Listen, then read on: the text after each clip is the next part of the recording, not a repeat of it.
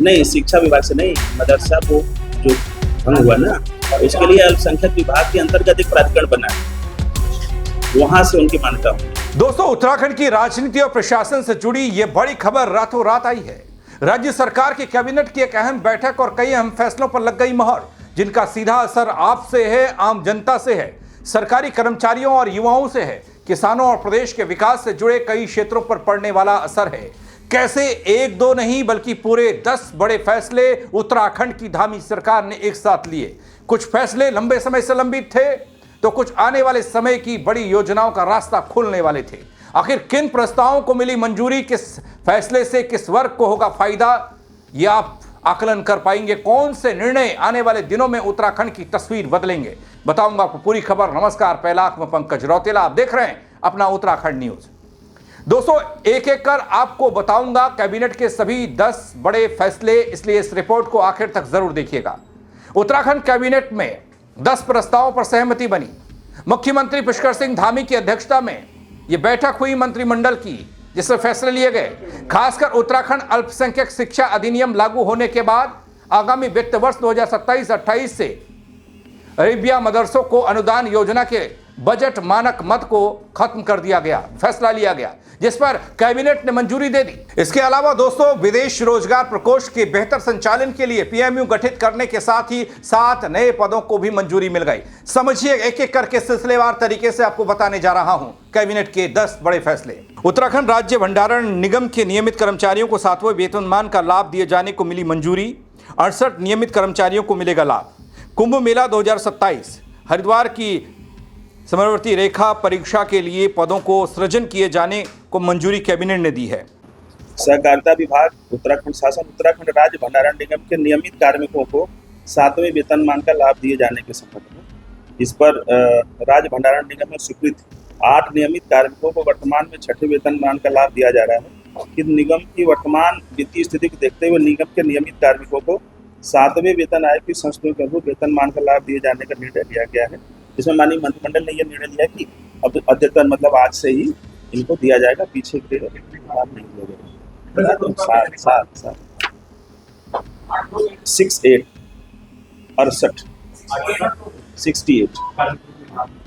68 नियमित कार्मिक।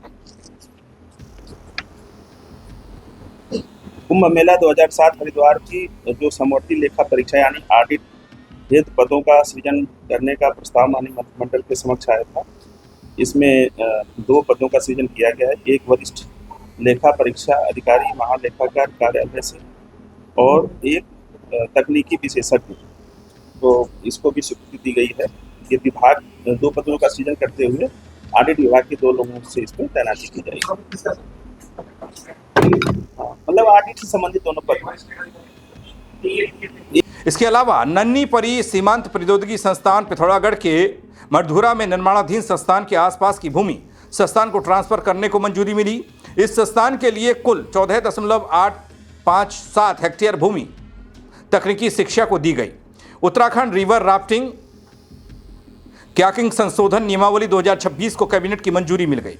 पिथौरागढ़ में नन्ही परी सीमांत प्रौद्योगिकी संस्थान पिथौरागढ़ मणपुरा में निर्माणाधीन संस्थान के आसपास की भूमि संस्थान को हस्तांतरण करने के लिए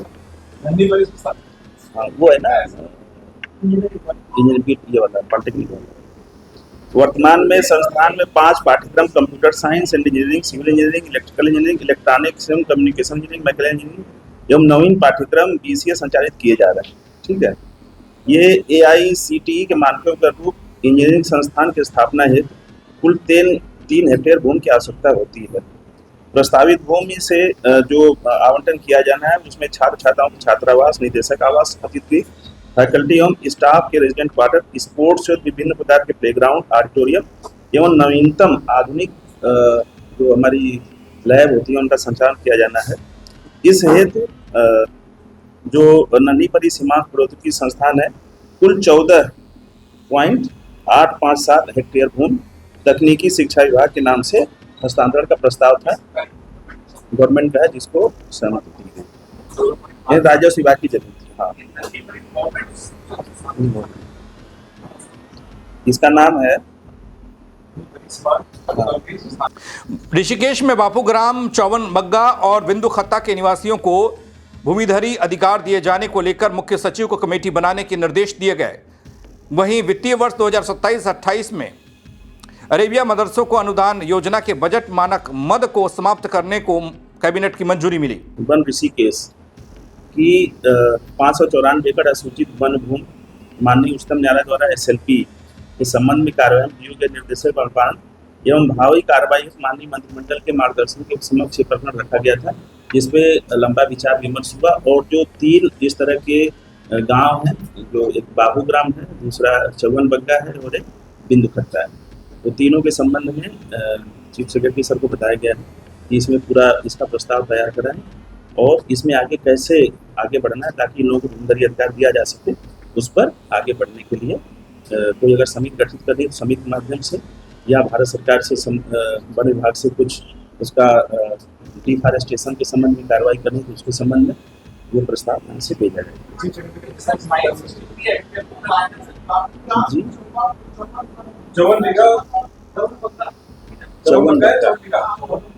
चौवन बग्गा नहीं, चीफ सेक्रेटरी सर को निर्देशित किया है, कमेटी तो वन विभाग के स्तर पर ही बनी।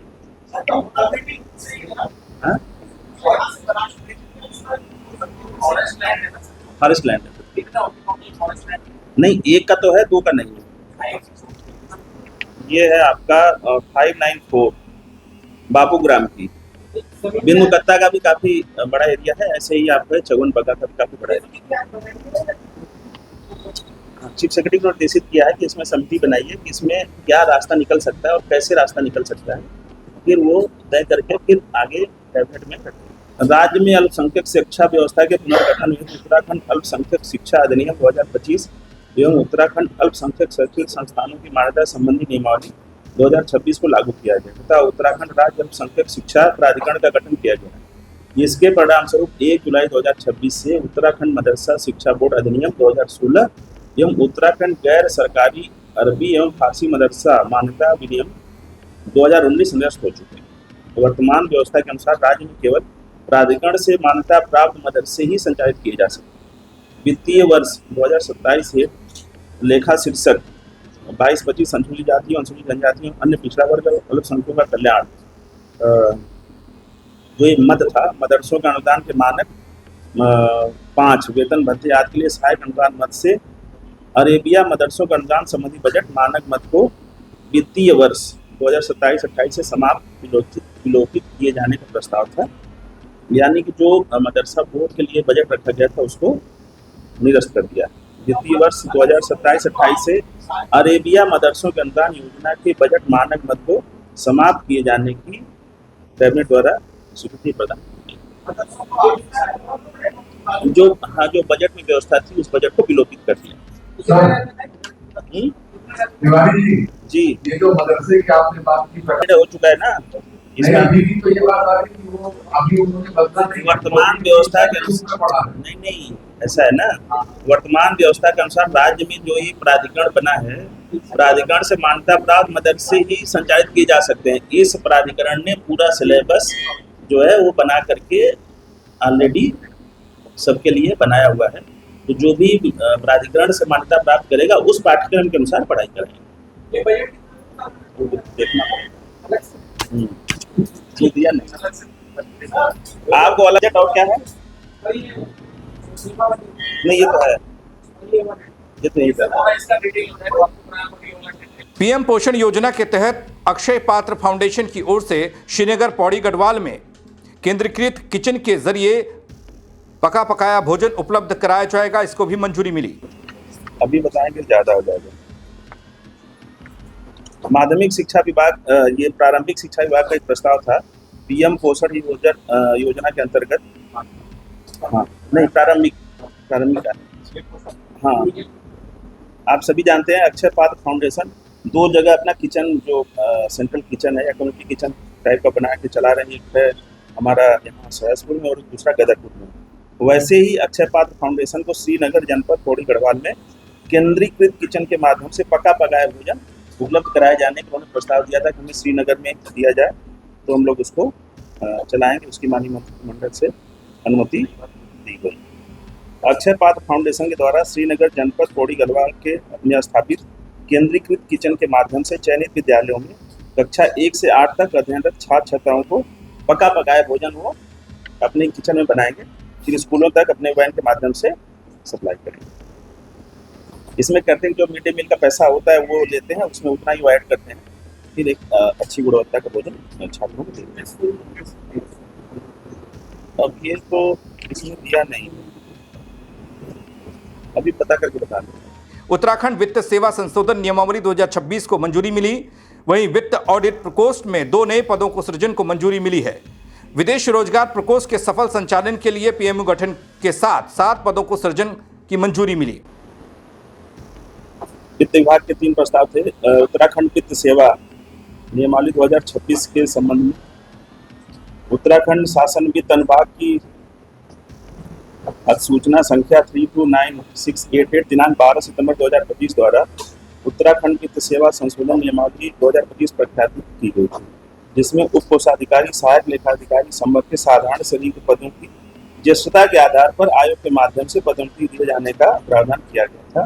परंतु उत्तराखंड वित्त सेवा नियमावली 2002 के नियम 16 में साधारण श्रेणी में पदोन्नति द्वारा मेरिट के आधार पर उत्तराखंड लोक सेवा आयोग से कराए जाने का प्रावधान है। इससे साधारण श्रेणी के पदों पर पदोन्नति आयोग के माध्यम से किए जाने हेतु 2 आधार अंकित हो गए हैं, जिस कारण उत्तराखंड लोक सेवा आयोग के माध्यम से पदोन्नति कार्रवाई संपादित नहीं हो पा रही। उक्त विसंगति के निराकरण हेतु उत्तराखंड वित्त सेवा नियमावली 2002 में संशोधन का प्रस्ताव था, जिसमें इसको ज्येष्ठता के आधार पर करने का निर्णय लिया। नहीं, दोनों चीजें अंकित हो गई थी ना उसमें, इसमें दोनों चीजें अंकित हो गई। नहीं, वरिष्ठता के आधार पर मतलब क्या है ना, वरिष्ठता के आधार पर होनी थी, तो जो मेरिट और सीनियरिटी दोनों अंकित हो गया था उसमें, वो संशोधन करके वरिष्ठता के आधार पर किया। होगा तो लोक सेवा आयोग से। वित्त विभाग ऑडिट प्रकोष्ठ में सृजित पदों की प्रस्तुति एवं ढांचा और संरचना को अद्यावधिक किए जाने का एक प्रस्ताव आया था। कुछ कह रहे हैं आप? सुनाई नहीं दे रहा है?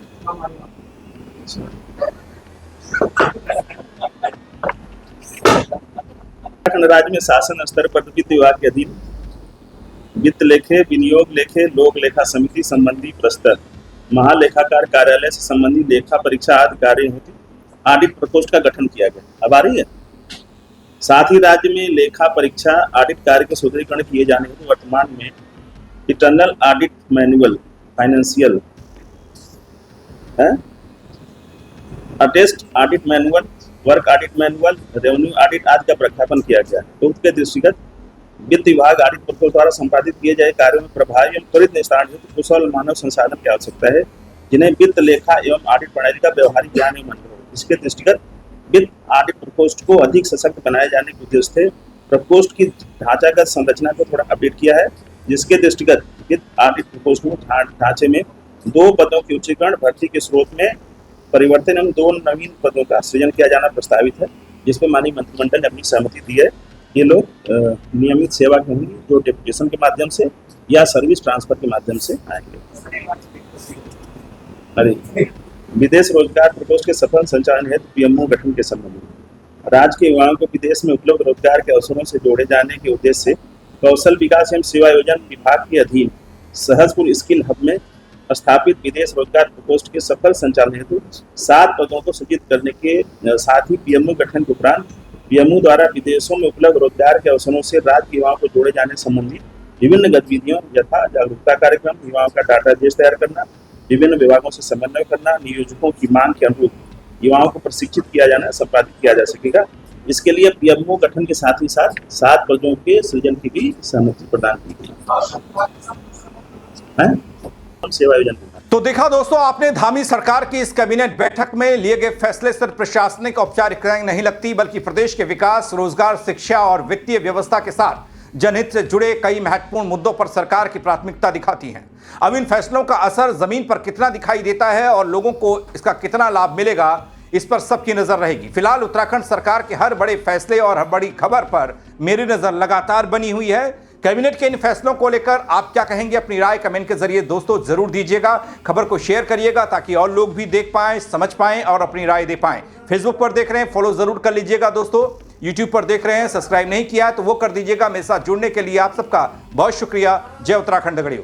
नहीं, शिक्षा विभाग से नहीं, मदरसा को जो भंग हुआ ना, इसके लिए अल्पसंख्यक विभाग के अंतर्गत एक प्राधिकरण बना है, वहां से उनकी मान्यता हुई।